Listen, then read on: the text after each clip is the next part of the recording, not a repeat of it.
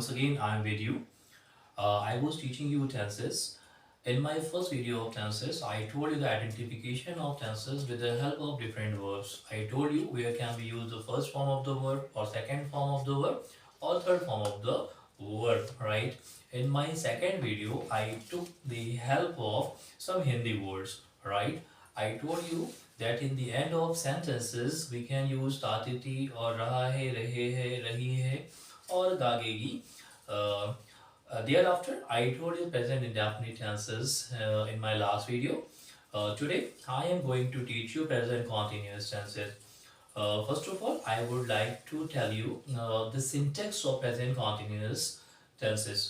हाँ स्टूडेंट, अगर आप इसकी सेंटेंस देखोगे तो अफर्मेटिव अगर हम सेंटेंस देखते हैं तो इसमें सबसे पहले सब्जेक्ट आता है, देन इज एम आर आता है, देन वर्ब की फर्स्ट फॉर्म के साथ में आईएनजी लगता है और फिर ऑब्जेक्ट लगता है। हाँ, आप देखो कि वर्ब की तीन फॉर्म्स होती हैं, आपको पता है। जैसे गो है तो उसकी फर्स्ट फॉर्म गो हो जाएगी, सेकंड फॉर्म वेंट और थर्ड फॉर्म गॉन हो जाएगी। तो हम यहाँ पर क्या करते हैं, जो फर्स्ट फॉर्म होती है, जैसे हमारे पास गो है तो उसमें हम आईएनजी लगा के इसको गोइंग कर लेंगे। अगर हमारे पास कम है तो हम कमिंग कर लेंगे। अगर हमारे पास ईट है तो हम ईट में आईएनजी फॉर्म लगा के ईटिंग कर लेंगे। होता क्या है प्रेजेंट कॉन्टिन्यूअस टेंसेस में कि इसमें कोई काम कंटिन्यू होता है, कोई काम अभी चल रहा होता है, राइट।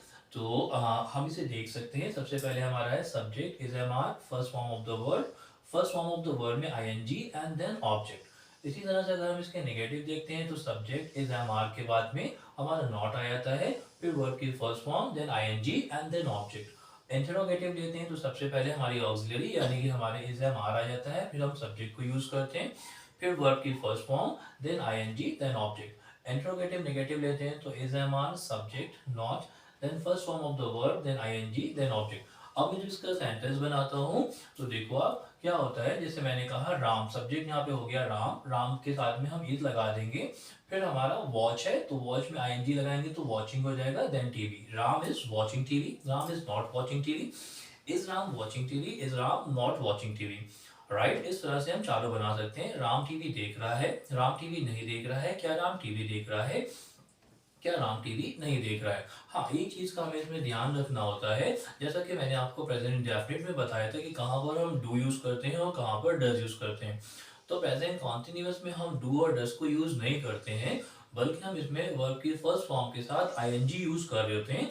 और कहाँ पर हम इज एम आर यूज करते हैं, अगर हम बात करें आई के साथ तो आई के साथ में हम एम यूज करते हैं, ही शी और इट के साथ में ही शी इट और सिंगुलर के साथ में हम इज यूज करते हैं, वी यू दे और प्लूरल के साथ में हम आर यूज करते हैं। मैं फिर से रिपीट कर रहा हूँ, आई के साथ में हम एम यूज करते हैं, ही शी इट और सिंगुलर यानी कि वन के साथ में हम इज यूज करते हैं, वी यू दे और प्लूरल के साथ में हम आर यूज करते हैं। मैं कुछ सेंटेंसेस यहाँ पर ले लेता हूँ ताकि मेरी बात और ज्यादा क्लियर हो जाए। मान लो मैंने कहा कि मैं खाना खा रहा हूँ तो मैं I am eating food, I के साथ में मैंने लगा दिया am, I am eating food, I am not eating food, am I eating food, am I not eating food. मैंने कहा वो खाना खा रहा है तो यहाँ पर क्या हो जाएगा, he is eating food, he is not eating food, is he eating food, is he not eating food. इसी तरह से मैंने कहा कि वो बातें कर रही है तो हो जाएगा शी इज टॉकिंग, वो बातें नहीं कर रही है, शी इज नॉट टॉकिंग। क्या वो बातें कर रही है, इज शी टॉकिंग, क्या वो बातें नहीं कर रही है, इज शी नॉट टॉकिंग। क्योंकि यहाँ पे मैंने कहा था बातें कर रही है, क्योंकि फेमिनिन था, फेमिनिन जेंडर था, तो मैंने यहाँ पे शी यूज कर लिया। अब इसी तरह से अगर मैं कहूँ कि वे बातें कर रहे हैं यानी कि कई सारे लोग बातें कर रहे हैं, तो they are talking, they are not talking, are they talking और आर दे नॉट टॉकिंग। हाँ, इसी तरह से अगर मैं कह दूँ कि वो खाना खा रहा है, जैसा कि मैंने बताया, तो he is eating food, right. क्योंकि यहाँ पर बात मेल की हो रही है, यहाँ पर मैस्कुलिन जेंडर है तो मैंने यहाँ पर ही यूज कर लिया। मैंने कहा कि बच्चे खेल रहे हैं तो चिल्ड्रन आर प्लेइंग, बच्चे नहीं खेल रहे हैं, चिल्ड्रन आर नॉट प्लेइंग। क्या बच्चे खेल रहे हैं, आर चिल्ड्रन प्लेइंग, क्या बच्चे नहीं खेल रहे हैं, आर चिल्ड्रन नॉट प्लेइंग। जैसे मैंने कहा कि मैं पढ़ा रहा हूँ, आई एम टीचिंग, मैं नहीं पढ़ा रहा हूँ, आई एम नॉट टीचिंग। क्या मैं पढ़ा रहा हूँ, एम आई टीचिंग, क्या मैं नहीं पढ़ा रहा हूँ, एम आई नॉट टीचिंग।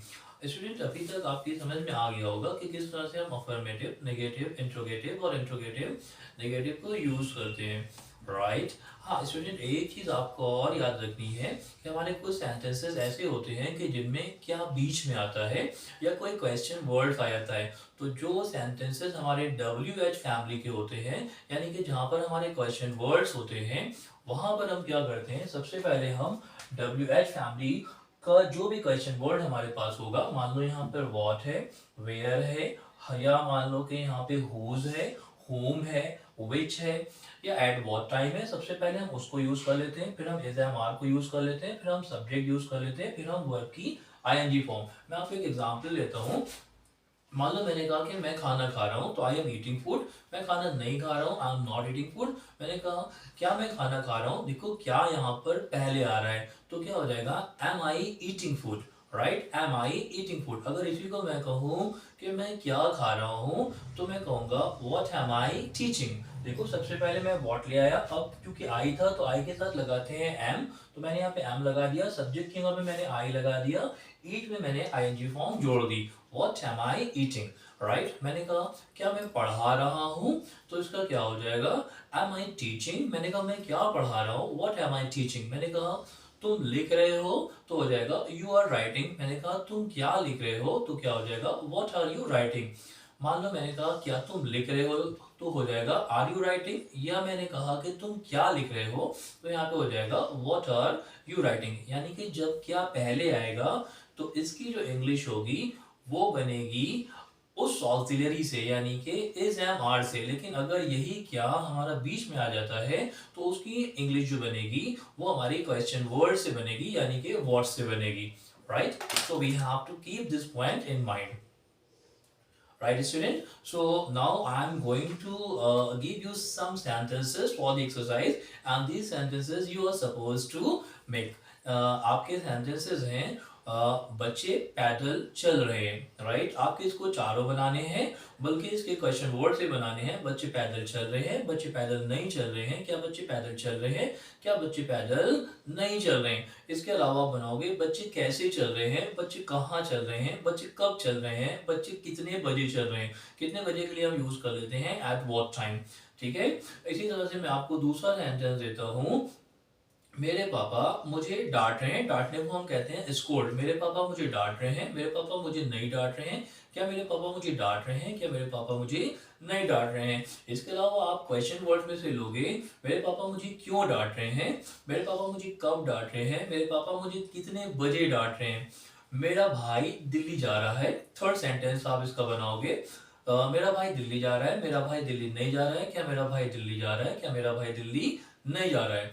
इसी तरह से आप क्वेश्चन वर्ड से लोगे, मेरा भाई दिल्ली कब जा रहा है, मेरा भाई दिल्ली क्यों जा रहा है, मेरा भाई दिल्ली किसके साथ जा रहा है। किसके साथ के लिए हम यूज कर लेते हैं with whom, right? And the fourth sentence which you have to practice, मेरी मम्मी बर्तन धो रही है, मेरी मम्मी बर्तन नहीं धो रही है, क्या मेरी मम्मी बर्तन धो रही है, क्या मेरी मम्मी बर्तन नहीं धो रही है। मेरी मम्मी बर्तन कैसे धो रही है, मेरी मम्मी बर्तन कब धो रही है, मेरी मम्मी बर्तन कितने बजे धो रही है। आप क्वेश्चन वर्ड से ये बनाओगे। And your fifth sentence is, वो मुझसे दोस्ती कर रहा है, वो मुझसे दोस्ती नहीं कर रहा है, क्या वो मुझसे दोस्ती कर रहा है, क्या वो मुझसे दोस्ती नहीं कर रहा है। दोस्ती करने को हम कहते हैं मेक फ्रेंडशिप, राइट। वो मुझसे दोस्ती क्यों कर रहा है, वो मुझसे दोस्ती कैसे कर रहा है, वो मुझसे दोस्ती कब कर रहा है। So you are suppose to make all these sentences. Well student, I summarize my topic. What I told you in present continuous, मैंने आपको बताया कि प्रेजेंट कॉन्टिन्यूअस में अफर्मेटिव में subject is am are, then I N G form of the verb, then object, right. In negative subject is am are, फिर not, I N G form of the verb, then object. Interrogative में is am are, then subject, I N G form of the verb, then object. In interrogative negative is am are, subject, not, I N G form of the verb, then object. हाँ, one more thing I would like to tell you, एक चीज़ मैं आपको और बताना चाहूँगा जो आपको बहुत ध्यान से सुननी है। वो ये है कि हम आई के साथ में एम यूज़ करते हैं, ही शीट और सिंगुलर के साथ में हम इज यूज़ करते हैं, वी यू दे और प्लूरल के साथ में हम आर यूज़ करते हैं। एंड इसके साथ साथ स्टूडेंट हमें ये ध्यान रखना है कि जहाँ पर भी हमारा क्या पहले आता है, उसकी इंग्लिश जो हम बनाते हैं उसे हम ऑक्सिलरी से बना देते हैं। ऑक्सिलरी का मतलब है कि हम इज एम आर से बना देते हैं। लेकिन अगर हमारा क्वेश्चन वर्ड बीच में आता है, तो वहाँ पर हम उसकी इंग्लिश उस क्वेश्चन वर्ड से बनाएंगे। यानी कि मान लो मैंने कहा मैं क्या खा रहा हूँ, तो व्हाट एम आई ईटिंग, तुम क्या कर रहे हो, व्हाट आर यू डूइंग। ठीक है, यहाँ पर देखो क्या बीच में आ रहा है। इसी तरह से एक चीज का आप ध्यान रखना कि सबसे पहले जहाँ पर हम क्वेश्चन वर्ड्स के बना रहे होते हैं, तो हम सबसे पहले क्वेश्चन वर्ड्स लेकर आते हैं, देन इज एम आर लेकर आते हैं, ING form of the verb, subject लेकर आते हैं ING form of the verb, then object.